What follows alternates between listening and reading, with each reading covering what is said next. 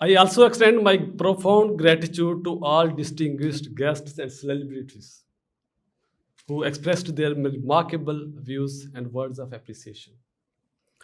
Then I would like to extend my thanks to all learned and engaging members who spared valuable moments for their precious time and made it convenient to participate in such a prestigious gathering. Without your continued support and patronage, it was not possible to make such a successful event.